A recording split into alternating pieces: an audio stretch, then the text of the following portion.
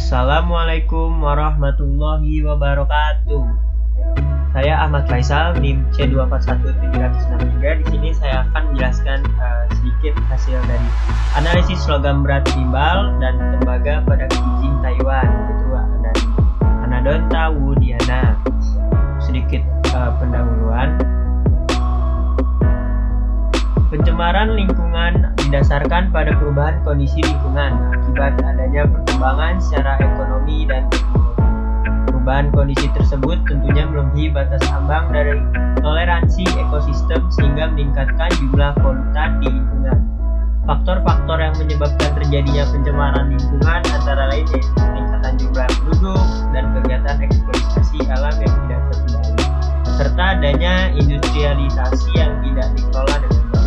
Selain itu, pencemaran lingkungan pada kenyataannya juga dapat disebabkan oleh proses alam sendiri.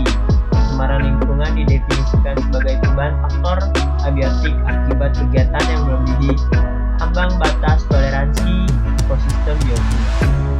Logam berat memiliki sifat yang sulit didegradasi, mudah terlarut di dalam air dan terendap di dalam sedimen. Dapat terakumulasi dalam tubuh biota perairan. Logam berat dapat terabsorpsi di dalam tubuh ikan melalui dua cara, yaitu saluran makanan, diet exposure, dan permukaan sisa.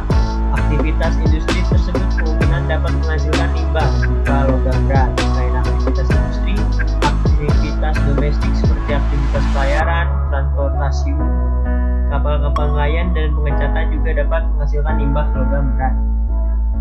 Logam berat tidak dapat dihancurkan dan terakumulasi dalam tubuh organisme sehingga dapat mengganggu kesehatan organisme. Salah satunya yang terganggu adalah kijing Taiwan atau Anadonta Wu Diana, merupakan salah satu spesies kerang air tawar yang biasa dijumpai hidup di danau atau perairan mengalir lainnya. Hewan ini memiliki potensi yang cukup besar, seperti mengatur tingkat metabolisme oksigen dengan baik. Pemanfaatannya masih sebatas sebagai biofilter perairan, padahal zat diri yang dimilikinya cukup banyak.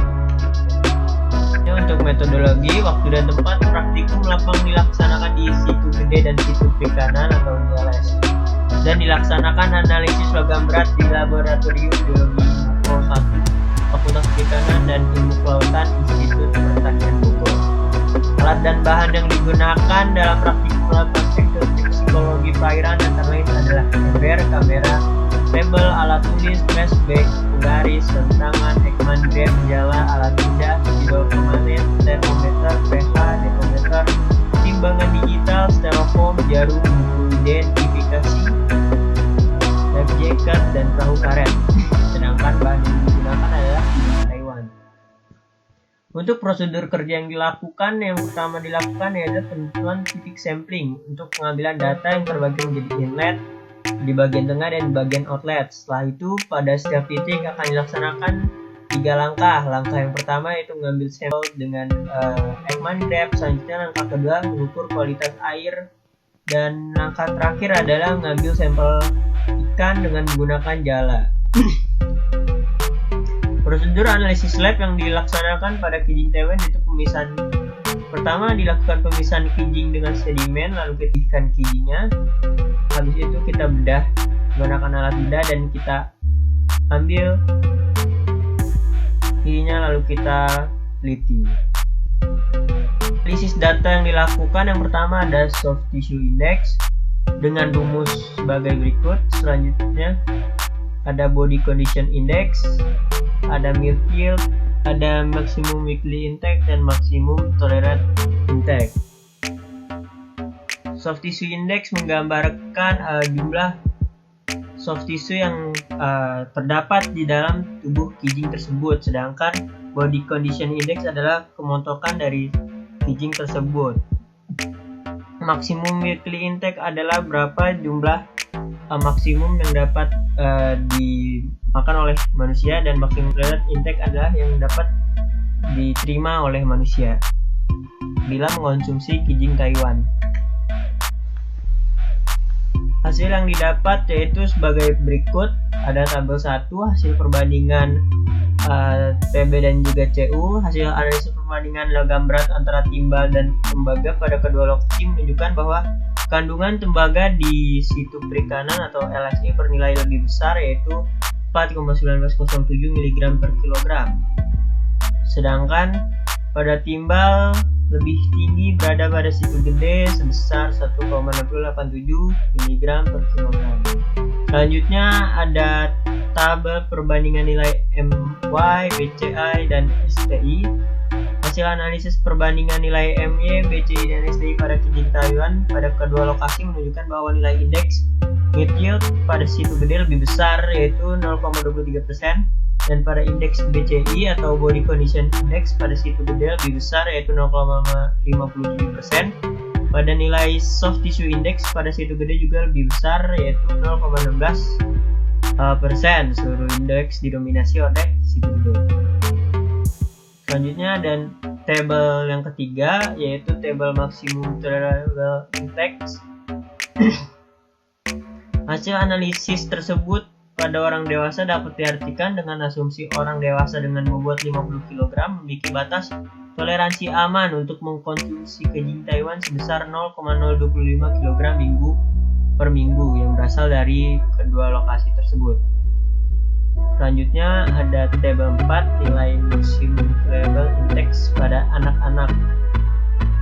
Hasil MTI pada orang dewasa dan anak-anak memiliki nilai yang sama. Pada anak-anak dengan asumsi 15 kg bobot tubuhnya dapat mengonsumsi kijing Taiwan sebesar 0,025 kg per minggu yang berasal dari hasil tersebut.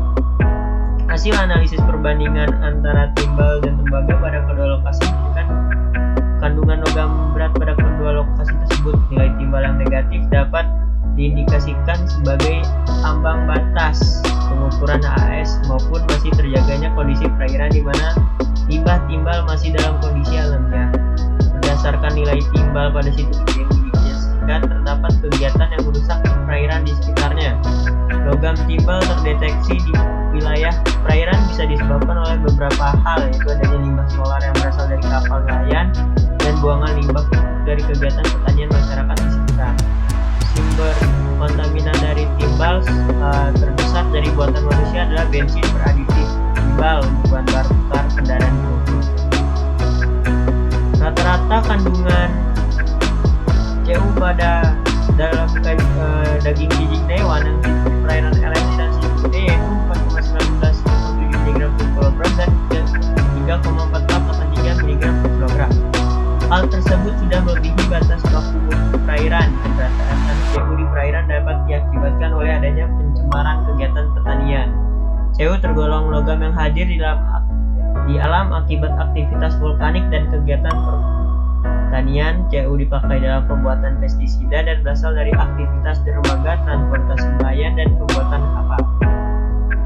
Logam CU dipakai dalam bahan pengawet kayu dan juga cat anti karat pada lampu kapal.